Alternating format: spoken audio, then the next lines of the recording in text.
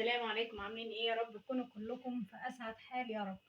النهارده بقى الخميس، بصراحه اخر الاسبوع وانا زهقت من كتر ما بروح الدروس وباجي من الدروس ومذاكره وتمارين. بصراحه يعني خلاص الاسبوع بيجي معايا بقى يوم الخميس بيجيب اخره. فقلت اعمل بقى النهارده ايه؟ حواوشي. خلاص انا لا قادره اقف لا الطبيخ ورا النار، هو الحواوشي كده حاجه خفيفه ونقضي بيها اليوم وخلاص. هو ما بقاش في حاجه رخيصه بقى، فايه زي ما تيجي بقى، ربنا يعيننا على اللي جاي ان شاء الله، وربنا يحسن حالنا كلنا ويصلح حالنا، ويا رب الاسعار ترخص والدنيا تبقى ساعة رزق على الدنيا كلها وعلى الناس كلها يا رب. تمام. فانا جبت بقى نص كيلو اللحمه دي، بيكون فيها طبعا انتوا عارفين الحواوشي نسبه الدهن في اللحمه لازم تكون عاليه. يعني ما ينفعش ان انا اجيب نسبه دهن قليله، لازم نسبه الدهن تكون عاليه، يعني على الاقل 30% نسبه الدهن. تمام. ده بقى برغل، جبت كوبايه صغيره من البرغل. البرغل مفيد جدا طبعا. وعلشان برضو يعني ما نضحكش على بعض، علشان يكتر الكمية. انا ما بحبش فول الصويا لان سمعت ان ليه اضرار على الولاد، وانا عندي ما شاء الله اللهم بارك صبيان، فما حبيتش اضرهم، او لو فيها حته شك كمان فما بستخدموش كتير، يعني نادرا اول ما بستخدمه في البرجر او حاجه. فقلت استبدله بالبرغل. البرغل ليه فوائد وفي نفس الوقت هيكتر معايا الكميه دي. كوبايه برغل منقوعه ساعتين.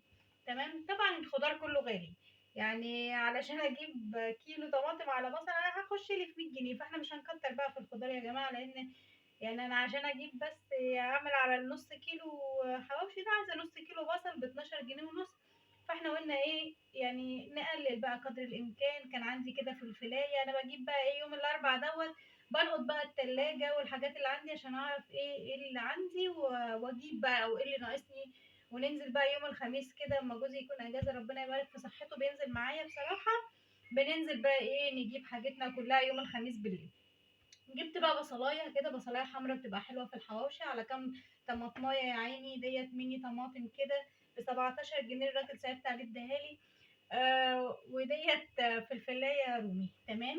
انا بقى طبعا هنحط التوابل بتاعتنا، وما انصحش بالتوابل الجاهزه خالص يا جماعه الا في اضيق الحدود، لان فيها جلوتامات صوديوم وحاجات بتاثر على الكلى وبتاثر على المخ والحاجات العصبيه. يعني اقروا عن الموضوع ده كتير على النت، هتلاقي عنه مواضيع كتير. تمام. فانا هحط بقى هو الملح والفلفل بس. لو عندك شويه سبع بهارات كده، او عندك مثلا كبابه صيني، ماشي ضيفي ما فيش اي مشكله، لكن اللي هي بهارات الحوشي الجاهزه اللي في الاكياس والكلام ده قللوا منها قدر الامكان خالص.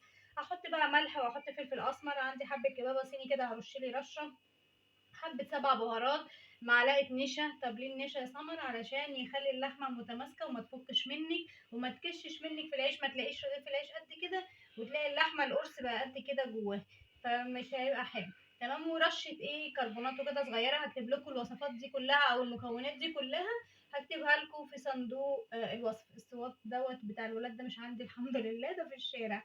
هكتب لكم بقى المكونات دي كلها في صندوق الوصف. هروح افرم بقى المكونات دي كلها كده مع بعضها في الكبه وارجع لكم تاني. حبايبي، انا كده بقى ضربت كله في الخلاط في الكبه كده مع بعض، كله اتفرم كده مع بعض وبقى ناعم وزي الفل. هسيبه بقى في التلاجة كده ساعتين يمسك في نفسه احسن. كل ما تسيبيه في التلاجة ترتاح زيها زي العجينة، كل ما ترتاح كل ما هتديكي نتيجة زي الفل. بص والله الكاميرا مش جايبة كمان اللون بتاعها قوي ده، هي لونها احمر وتحفة ما شاء الله. بحاول اجيب لكم كده اللون بتاعها، جميلة زي بتاعة برّه. أنا قاعدة في العبور وكل حاجة، بس أنا أصلي من الحُسين، يعني إحنا ملوك المشويات والحواوشي والكلام ده كلّه، فهتاخدوا منّي الوصفة كإنّكم بتاكلوها في المُعز بالضبط، زي الفل. أحلى حواوشي هتاكلوه من مطبخ سمر. اعملوا بس الوصفة بتاعتي دي وهتدوقوا أحلى حواوشي مِيّة، مِيّة. هاحطها بقى في التلاجة كده ساعتين وأروح أشوف اللي ورايا بقى شوية كده أذاكر لهم والّا أعمل أي حاجة، وبعد كده هاحطها في العيش وأقول لكم بقى هنعملها إزاي وأحسن طريقة للحواوشي تتعمل إزاي. اللي لسه ما عملش متابعة يتابعني على قناتي على اليوتيوب، أو يتابعني على صفحتي على الإنستجرام وعلى الفيسبوك. وعايزاكم كده تكونوا موجودين في كل صفحاتي يعني منوريني والله. تمام. هاروح بقى أحطها في التلاجة وأقول لكم شكلها بقى عامل إزاي بعد ساعتين.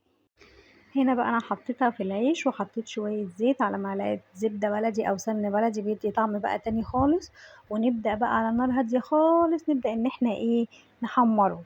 الطريقة دي أحلى من طريقة الفرن. طريقة الفرن كده بتخليه يعني طري ومش قد كده، لكن احنا بقى عندنا في الحسين وفي الحتت دي وفي محلات الحواوشي وكله بيعملوها على الصاجة برضو، بيعملوا بنفس الطريقة، بيحطوا كده حتة زيت ويقوموا مقلبينها يمين وشمال كل شوية كل شوية على نار هادية، تلاقيها طلعت بقى مقرمشة ومستوية من جوه. بصوا شكلها عامل ازاي. انا جيت افتحها لكم عشان اوريكم ان اللحمة ما كشتش، بس كانت سخنة مولعة ما قدرتش ان انا افتحها، بس لونها زي بتاع الشارع بالظبط. بصوا شكله بقى النهائي تحفة تحفة. انا ما قدرتش بقى اصور لكم من جوه وكده، كنت مستعجلة وعايزة اكل. يلا ما تنسوش المتابعة بتاعتي ونورتوني في قناتي مطبخ